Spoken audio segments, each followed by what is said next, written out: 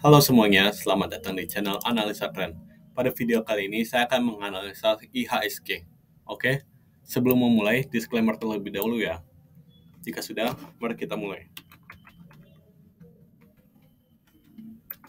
IHSG, oke. Biasa, saya akan mulai analisa di time frame monthly, skalanya logaritma. Oke, mulai dari analisa Ichimoku.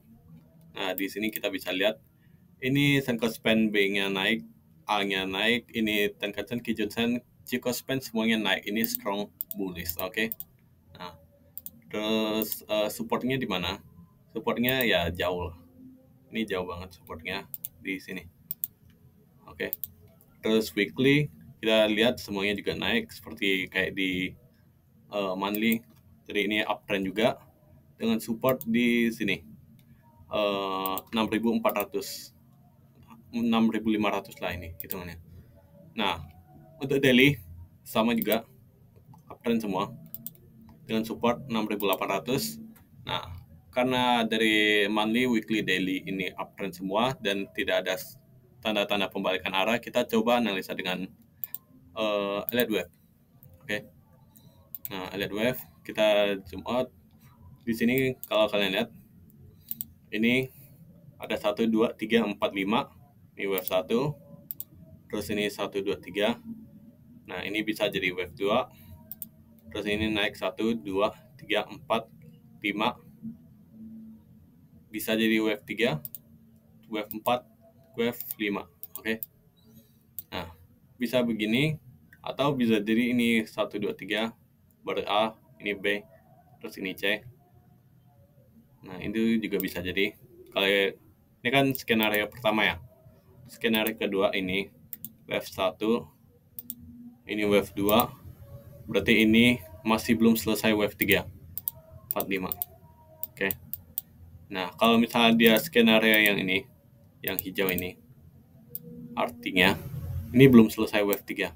Berarti wave 3-nya gimana? Ini berarti 1, 2, 3, 4, 5. Oke. Ada dua skenario, tapi dua-duanya ini adalah wave 5. Oke. Jadi kita tidak usah terlalu pusingin. Intinya ini wave 5. Oke. Di time frame monthly ya. Nah, terus saya mau lihat stochastic. Kalau dia wave 5, apakah ini udah ada bearish divergence? Belum ada. Ini pertama dia belum belum dead cross. Terus sejauh ini belum ada divergence ya. Jadi kemungkinan besar untuk wave ini belum selesai. Ini belum selesai ya. Nah, terus di weekly kita bisa lihat ini kan wave 5 ya. Nah, terus kita lihat nih. Ini apa? Bisa jadi ini wave 1 2 3 4 5. Oke. Kalau 5-nya gini, ini apakah valid? Misalnya kita cek ya, apakah wave 3-nya paling pendek? Biar lebih akurat pakai ini. Dari sini ke sini, coba proyeksikan ke wave 1. Wave 3 paling pendek, lebih pendek dari wave 1, proyeksikan ke sini. Oke. Nah, ini masih valid karena wave 5 masih belum sampai ke ini 7.800. Oke. Nah, terus ini satu kan. Nah, atau kalau kita lihat momentum, ini kayak cuma satu wave naiknya. Nah, bisa jadi ini sebenarnya naiknya satu wave. Kalau ini naiknya satu wave, berarti ini bisa jadi ini 1, oke, terus turunnya 2, tapi di sini 3, 4 di sini, terus 5 di sini. Dimana ini wave yang kecil. Kalau kayak gini, itu artinya sebenarnya ini baru wave 1, terus turunnya wave 2. Nah, sekarang di wave 3. Oke. Nah, ada dua kemungkinan, tapi dua-duanya. Yang satu itu selama dia nggak tembus di 7.868, itu kemungkinan yang hijau ini juga masih valid. Nah, kalau misalnya dia tembus, berarti kemungkinan ini fix yang terjadi. Oke. Nah, karena dua kemungkinan ini dua-duanya ke atas, ini kan berarti sama-sama ya. Ini mau wave 3 atau wave 5, yang penting ini impulsif. Oke. Nah, kita abaikan countingan yang sebelumnya. Terus di daily kita cek di sini. Oke. Ini apa? Wave 1, wave 2-nya A, B, C. Ini 2, terus 1, 2, 3, 4, 5. Wave 3, 1, 2, 3, 4, 5. Ini A, B, C, W, X, Y. Ini wave 4. Terus ini naik 1, 2, 3, 4, 5. Belum selesai nih. Kita fokus ke sini.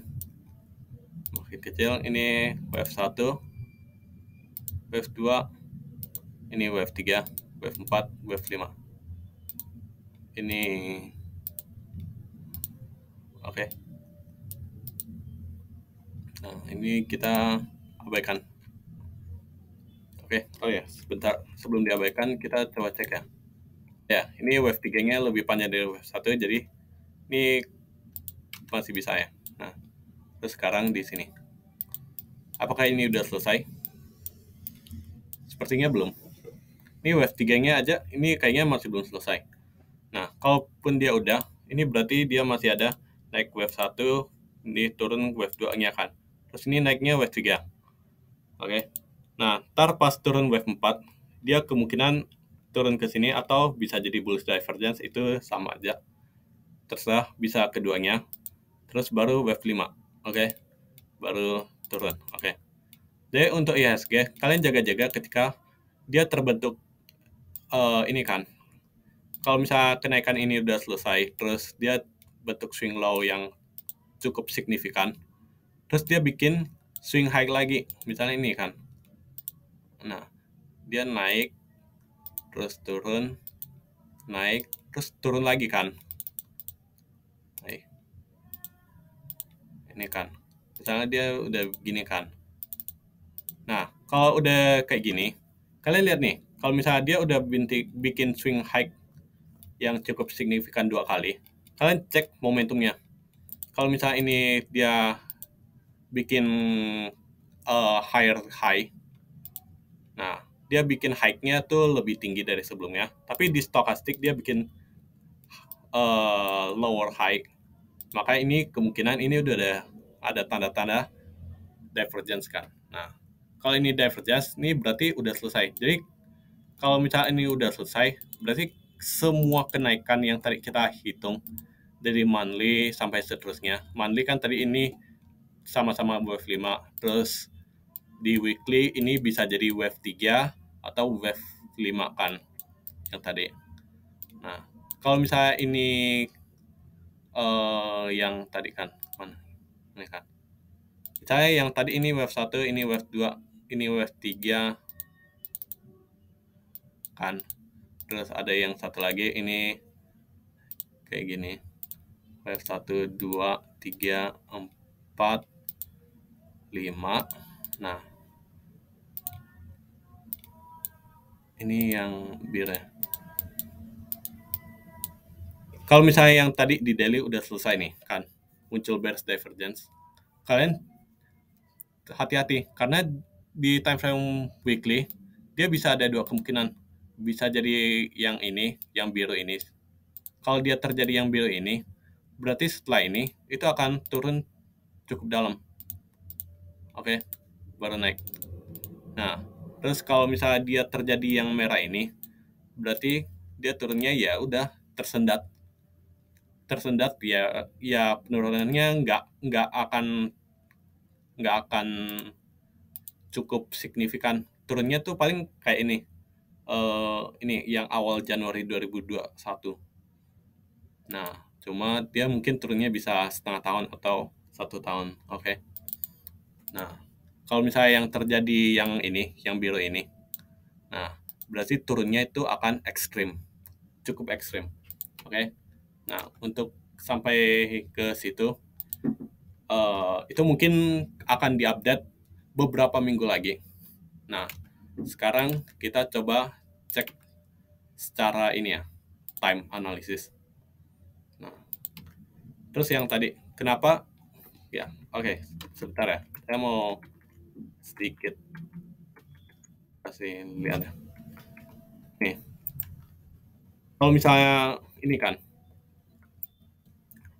kayaknya kelihatannya analisa Ichimoku kurang gunakan. Nah, cuma kalau saya pakai analisa Ichimoku, ini kalau saya lihat, ini kemungkinan untuk yang biru ini terjadi ini lebih kecil loh.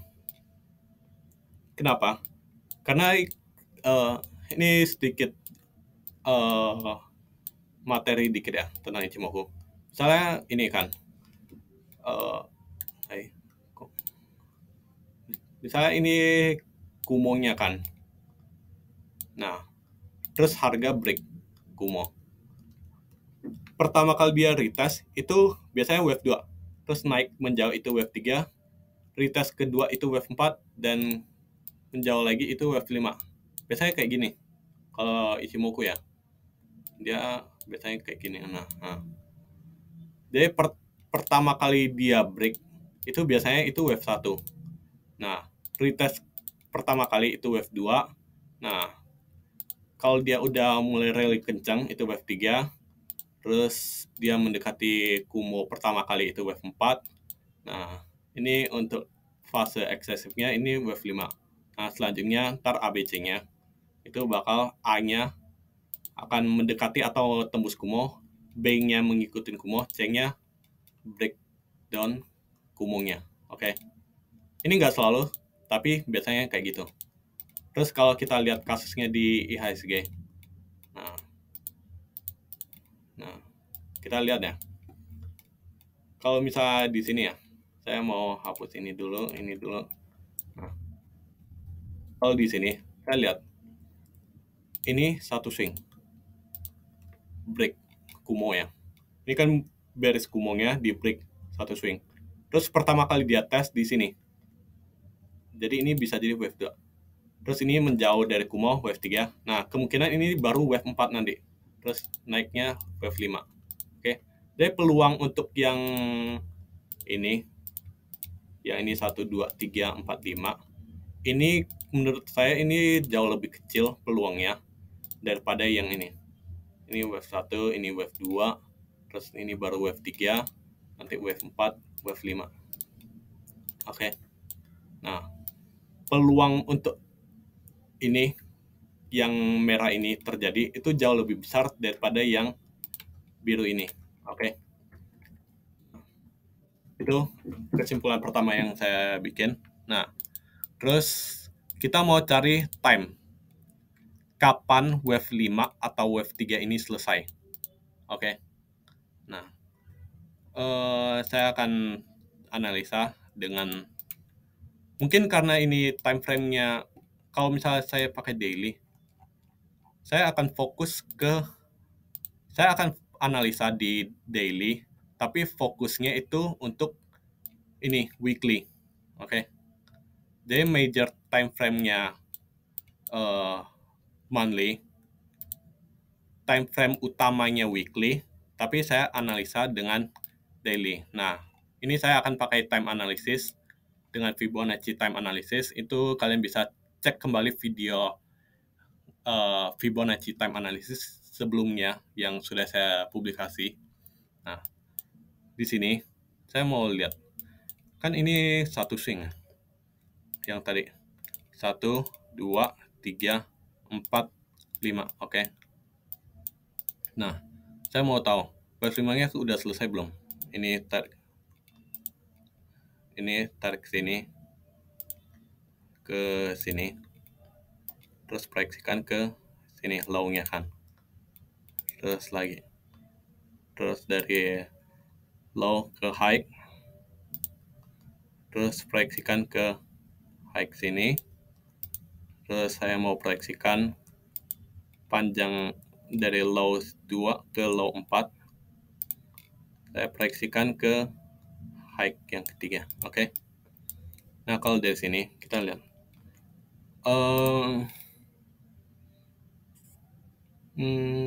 kita lihat ya. Ini sebenarnya clusternya agak kurang sih, kurang bagus. Nah, bentar ya, saya mau tambahin lagi yang ini, yang di time frame yang jauh lebih besar. Low sini ke low sini, saya mau proyeksikan ke sini. Sini tambah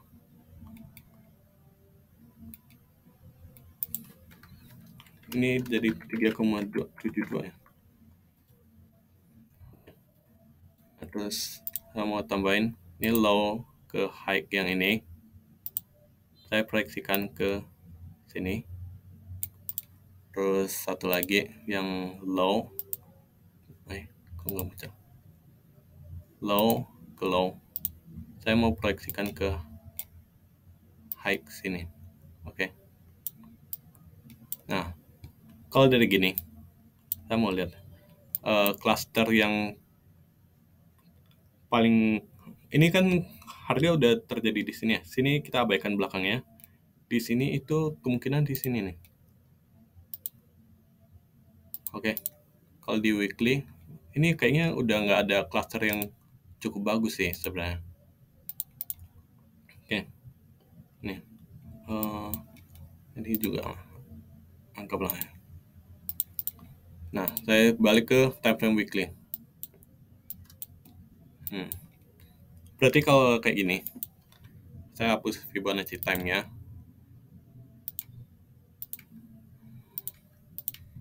Nah, ada kemungkinan dia klasternya di sini.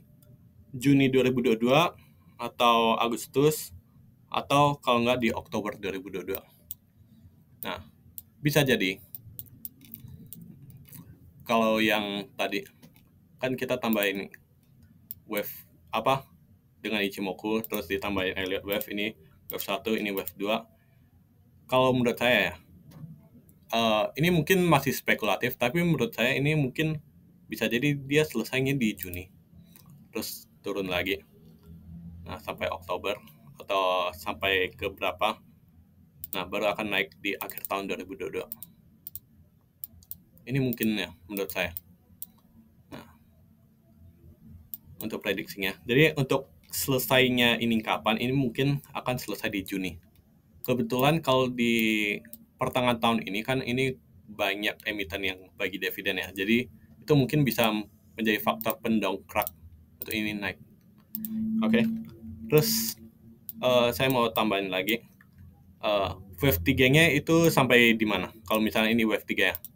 Kalau ini wave 3, kalau yang tadi kan, yang analisa ini, kalau yang ini 1, 2, 3, 4, plus 5, ini kan berarti 5-nya emang udah hampir selesai kan. Berarti kalau misalnya yang ini benar, yang analisa biru ini benar, dia berarti akan naik sampai sini, terus turun. Cukup tajam. Oke. Nah, sedangkan kalau misalnya yang merah ini, berarti dia akan turunnya paling sampai ke Kumo Weekly. Jadi kalian ketika ini turun, udah kalian fokus aja apakah turunnya tuh cuma sebatas di area Kumo ini sebagai supportnya. Nah, terus ini saya mau tambahin, saya mau cari, kalau misalnya ini wave 3, ini wave 3-nya selesai sampai di mana? Ini tarik dari swing low ke swing high, proyeksikan ke low 2, terus external retracement sini, ini nggak nyampe sih kayaknya.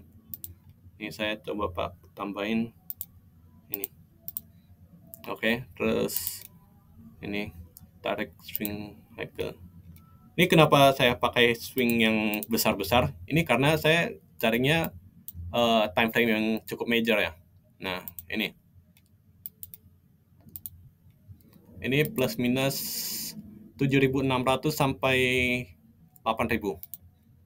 Nah, ini area wave 3-nya selesai.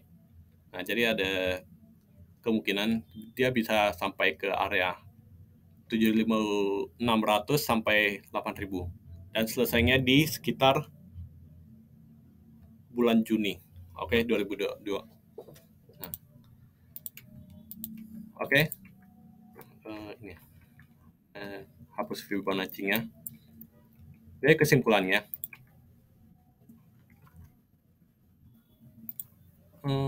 gini. Dia bisa jadi wave 3 baru wave 4, wave 5, atau ini nanti selesai wave 5 dia akan turun cukup tajam. Oke. Itu semuanya tergantung dari kondisi ekonomi di Indonesia dan beberapa faktor makroekonomi. Sekian dan terima kasih.